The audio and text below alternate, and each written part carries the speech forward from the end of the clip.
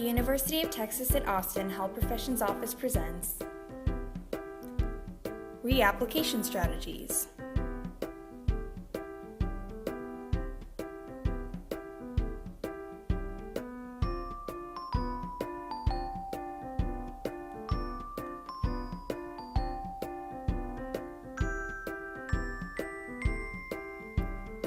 Are you lying at home, dreaming about what could have been?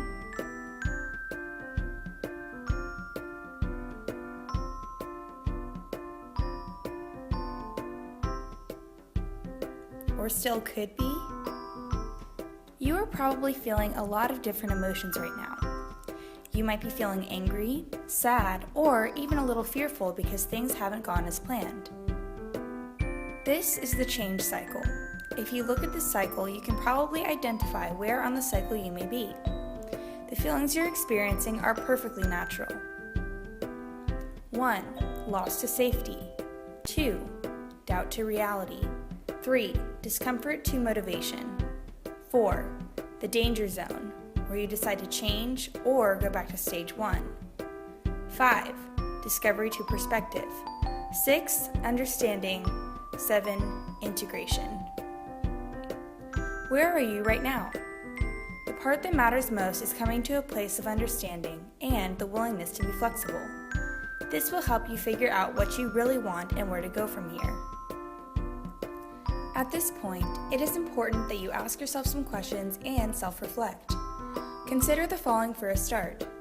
1. What career path have you envisioned for yourself up until now? 2. What are some alternate career paths you envision for yourself? So, what do you do now? There are 2 ways to go from here.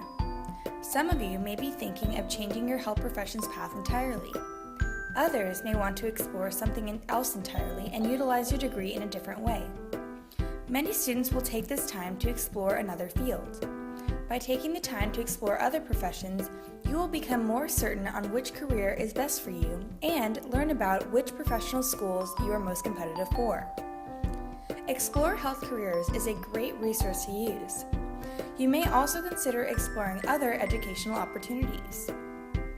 Another option is to gain more experience in your chosen profession by finding a job in the healthcare industry, volunteering, or shadowing. Either way, career coaches are a great resource to help you explore your options, and we highly recommend you making an appointment. When making the decision to reapply to health professional schools, it is very important that you improve your application between cycles. When reviewing your application, you will want to consider some of the main reasons that many applicants are not accepted. Timing of application, GPA, entrance exam scores, experience, personal statement, letters of evaluation, interview. Let's go over each of these in more detail. Timing of application. Applying early is a must. Rolling admission is often the reason students do not get interviews, even if they have a high GPA and test scores. GPA. A low GPA may also be a reason for not getting into a school. If your GPA is a concern, there may be a few things you can do. See where you fall on admission statistics. Compare cumulative GPA to your science GPA. Consider a post-bac program to raise your GPA. Get another degree and prove you can get a new higher GPA. Take additional upper division science courses to help raise your overall GPA. Entrance exam. If your test scores are low, you may want to consider retaking the test. Make sure you use a new approach and think about taking a prep course. You will also want to consider if you devoted enough time to studying previously and if you had taken all the recommended courses before the test. Reflect upon the study techniques you used and have the willingness to be flexible enough to change your techniques the second time around. For example, if the first time you absorbed most of the material by reading, think about focusing more on applying the material by doing practice problems this time. Experience. Most programs place a high value on applicant experience.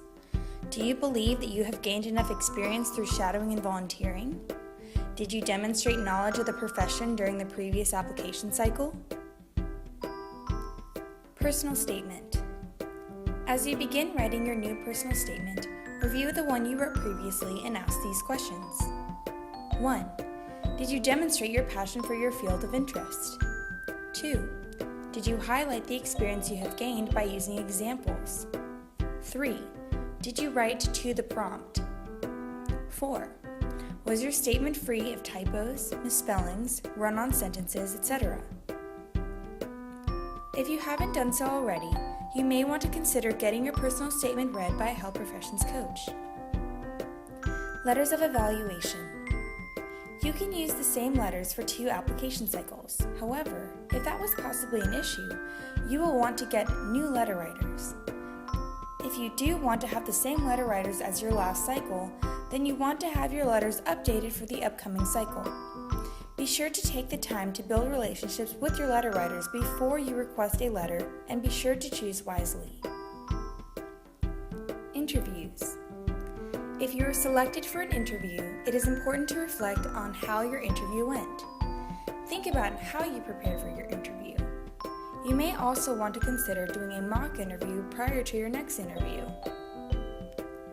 The Health Professions Office also provides many additional resources for interview preparation. Timing of reapplication. Now that you have decided to reapply, it is important to now decide when you plan on reapplying and to be sure that you're using your gap year wisely.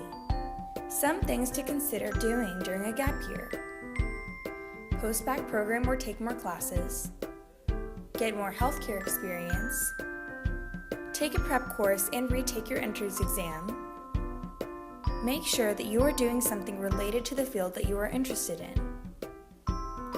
In the meantime, make an appointment with a health professions coach. They can go over your options and application with you to help you figure out what you want to do and how to best improve your application should you decide to reapply. Thanks for watching.